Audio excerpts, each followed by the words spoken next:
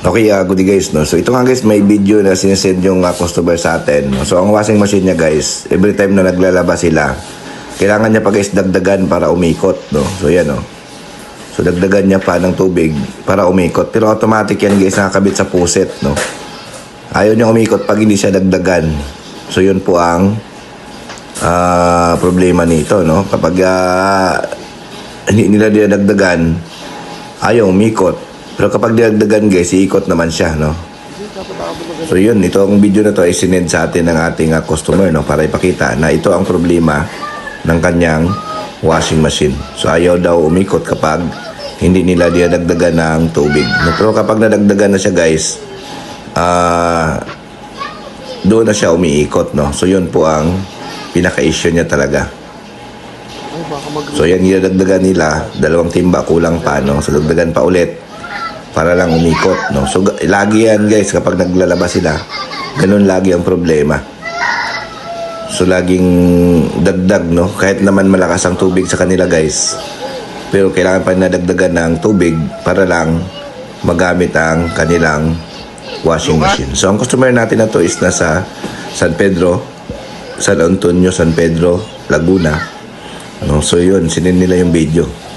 So ang gagawin namin dito guys, pupuntahan namin to para ma-check, no, yung washing machine na ito, kung ano talaga ang naging issue. So ayan. So nag-stop naman guys yung karga ng tubig, pero kailangan nilang dagdagan. Ayan. So ayan, isang balde pa para lang umikot ito. Ayan, no. Ayan. Kapag dinagdagan guys, umiikot siya, no. Pero automatic yan guys na nakasaksak sa puset yung kanilang washing machine. So ayan. So kinakapos siya ng tubig, no, kaya hindi siya umiikot, no, kulang. So yan. So ito na guys, nandito na kami, nadat na namin na naglalaba sila. So ayan, no.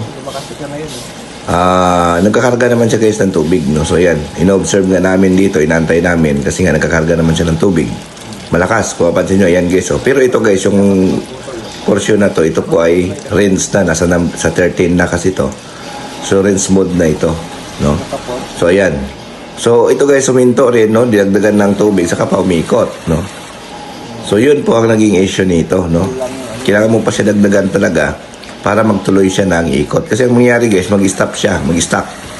Pag hindi mo siya dinagdagan ng tubig, hindi siya iikot. So yun po ang pinaka-issue niya.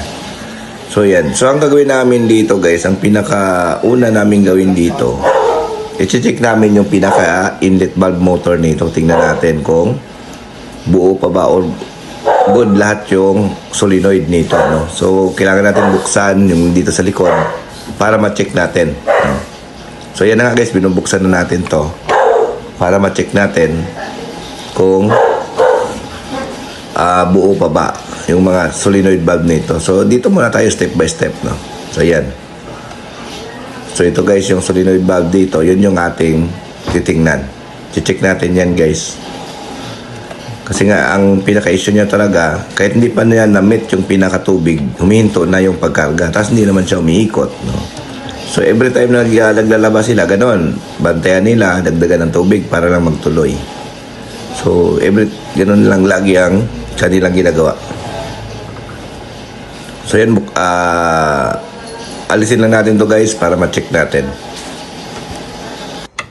Sa mga gusto pala magpa-service sa amin, message lang kayo sa aming Facebook page sa Norche Repair Shop, no? Kami po ang nag-service ng Cavite, Laguna, Batangas. So ang mga ginagawa natin, aircon, automatic washing, microwave oven at saka water dispenser. So yun na lang po ang mga ginagawa namin ngayon. Kasi nga yung iba iniwan na namin kasi hindi na namin kaya kasi guys i-accommodate yung mga gawa, no? So ang ano namin, more on kami home service, no. So bihira kami guys tumatanggap ng gawa sa shop, no. More on home service talaga ang design namin. Araw-araw kami guys lumalakad, no, kasama yung mga team namin para mag-home service. So yun po ang pinaka-design talaga namin sa aming services, no. Home service. So hindi kami kumukuha ng walk-in. So maliban na lang yung mga nakiusap na gustong dalhin sa amin. So kailangan pa namin antayin sa shop para i-repair, no.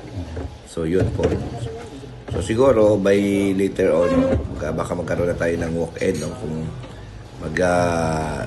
dadagdag tayo ng tao, no, na maiwan doon sa shop, no. Kasi nga usually kasi talaga yung mga washing machine more on home service talaga, no? Yung mga ganitong gawaan. Bihira lang guys ang nagdadala talaga ng washing machine sa shop kasi nga mabigat. So, usually guys, home service talaga ang labanan pagdating sa mga automatic washing machine, no? So, yun. So, ito nga guys, inaayos lang natin ito yung sensor. So, check natin to. Baklasin natin to, tapos sukatan natin to ng resistance yung motor, no? Para makita natin kung ano talaga ang problema. So, yun.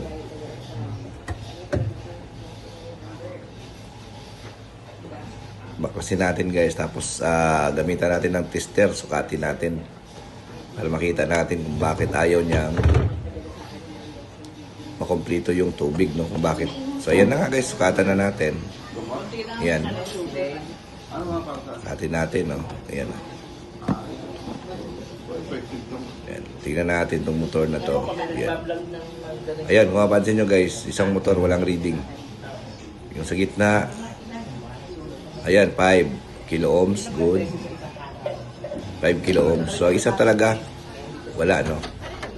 So, yun, no? So, ngayon, pinalitan namin to guys ng inlet valve, no? Kasi nga, sira talaga siya, no? So, yun, no? So, nakita natin guys ang problema na inlet valve ang problema. So, ayan na nga, titesting na namin siya guys. Ayan. So, okay na. Tuloy-tuloy na yung karga niya ng tubig. Malakas na. Okay, thank you.